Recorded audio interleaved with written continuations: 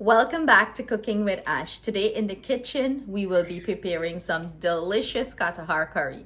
I've been craving Katahar and I'm excited to make this. Some dal and rice and Katahar. That's all I need. So let's get to this delicious recipe. Of course, I didn't get, the fresh Katahar, but this is pretty close to it. It's pre-packaged Katahar. It's frozen. And this is what it looks like. They did all the hard work. They clean it and everything. The seed is pre-boiled, so nothing is hard, easy to cook. So if you can find this, it's in the frozen section in my West Indian store. I don't know which country you're looking on from, but if you can find this, go ahead and make it. If you have the fresh Katahar, it's also called jackfruit, as you can see there. If you can find the fresh Katahar, you'll have to peel that, take out the seed. You'll have to boil the seed separately before you cook it with, the flesh of the Katahar. So let's prepare this. Okay, so let's go ahead and pick some fresh curry leaf from my beautiful curry leaf tree. Look at that. Yes, I'm growing this indoors, summertime. I put it outside, but look at her. She's so beautiful. Start off our masala. I'm gonna go in with some whole jeera here. And do bear in mind, everything I'm using will be listed at the end of this video, or you can find it in the description box below. In goes our curry leaf. Releasing all that flavor into the oil.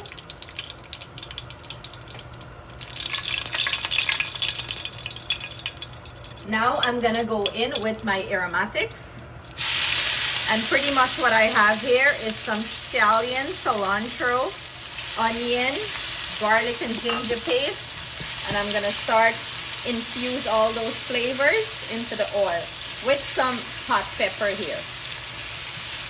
And the spiciness is to your taste preference. If you like it with a lot of pepper, you can add how much pepper you like here. So we're gonna let this saute for a few minutes before we add our curry paste, which is our masala, our jeera, our turmeric, and our curry powder. But I don't really make a paste beforehand with it. I just add it to the oil for it to fry up, and that's when I add some water to it to cook the curry, the rawness out of the curry. Goes our curry, masala, curry powder, turmeric, roasted jeera. You want to add all of that here. And when I'm cooking any sort of 7 curry, I do not overpower the vegetables with the masala. I try to keep a balance so you can see the vegetables still, You don't want to overpower it with masala. So we're going to fry this up.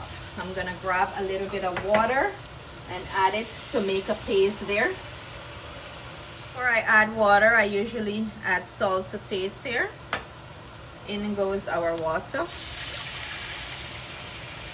and we're gonna proceed to fry this curry down. We're gonna dry out all the liquid that we just add here until all you can see is the oil floating up from the masala and the paste itself. That's when we're gonna add our Katahar. So this is going to take a few minutes. Now that our curry is starting to fry up, I have here some spices that I'm going to use. I'm using some garlic powder, onion powder, paprika, adobo, and these are some vegetable cubes. So I'm going to add it to this curry paste so it could start flavoring it. And this has to cook down more, so it has to dry down more. Our masala is ready for our Katahar. A great indication, the oil started to separate from the masala. All the water that I add to this masala evaporated, so that's what you're looking for. Look at this, the masala becomes like its original consistency from before, nice and grainy looking, and it smells amazing. So I'm gonna go ahead and add my Katahar. What I went ahead and did, I put my Katahar in the strainer, wash it out, and I'm gonna add it to this mixture.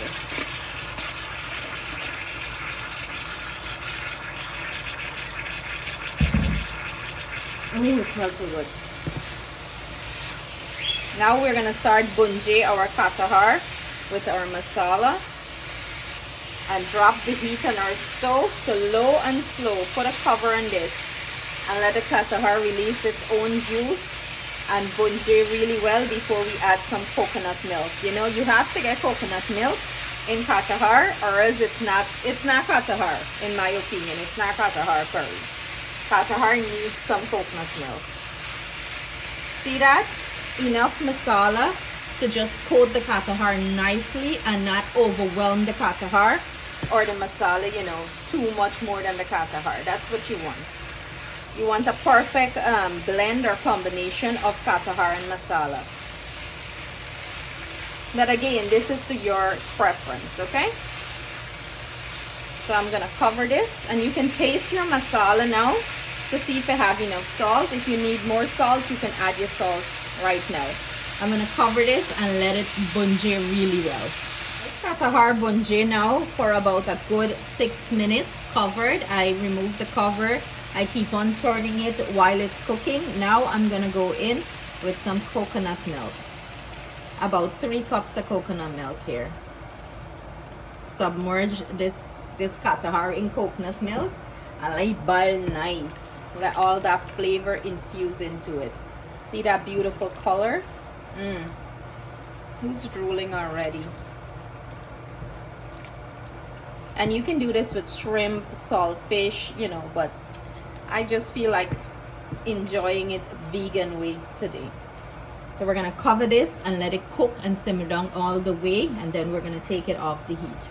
Most of the liquid is absorbed from the Katahar. I usually leave a little bit of it. You don't want it too dry either.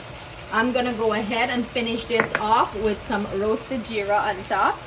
A little bit, a sprinkle of it, like about a teaspoon, and add some scallion, and that's it.